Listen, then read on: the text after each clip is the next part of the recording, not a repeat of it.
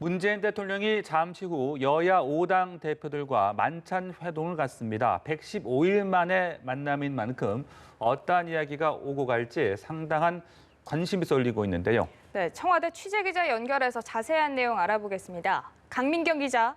네, 청와대입니다. 문재인 대통령이 잠시 후에 여당 5당 대표들과 만나서 만찬을 함께합니다.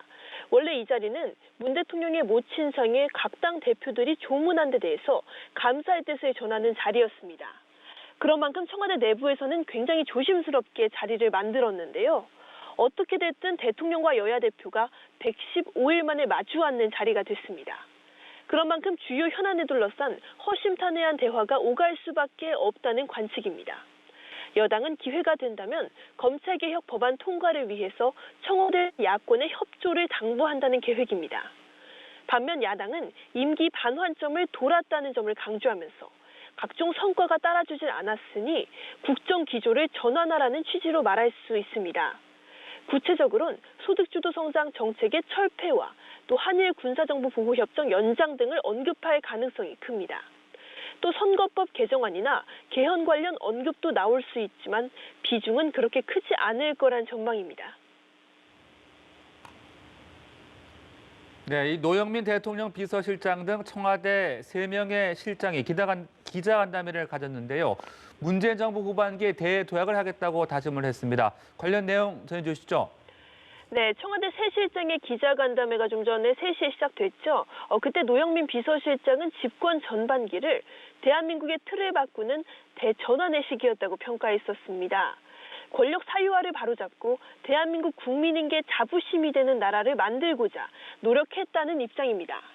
가장 비판받아왔던 경제에 대해서는 가장 아쉽다고 생각하는 부분이라고 스스로 자성했습니다. 특히 일자리 지표가 개선됐는데 국민들의 체감도는 낮다는 인식을 절가한다면서 더욱 노력하겠다고 했습니다. 기자단과의 질답에서도 다양한 발언이 나왔습니다. 가장 관심을 끌었던 연말 개각 가능성은 사실상 인정했습니다.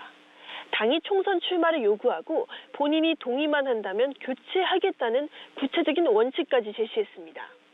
나머지 두 실장도 외교 안보와 경제 현안을 각각 짚었습니다.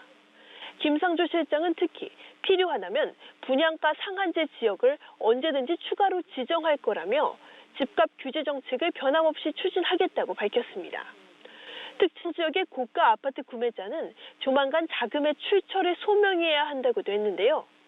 지금까지는 일부 경우만 분류해서 제출하라고 했던 주택 취급 자금 조달 계획서를 구매자 전체로 확대하겠다는 뜻으로 해석 가능합니다. 북미 비핵화 협상에 대해서는 북한이 제시한 연말이라는 시한을 진지하게 보고 있다면서 한미가 긴밀하게 공조해서 북한을 설득하는 중이라고 밝혔습니다. 또 북한이 통보한 금강산 남측 시설 철거에 대해서는 어차피 재개발이 필요하다고 판단했다고 말했습니다. 다만 북측과 협의해가면서 우리 기업의 재산권 보호에 힘쓰겠다고 했습니다. 지금까지 청와대에서 연합뉴스TV 강민경입니다.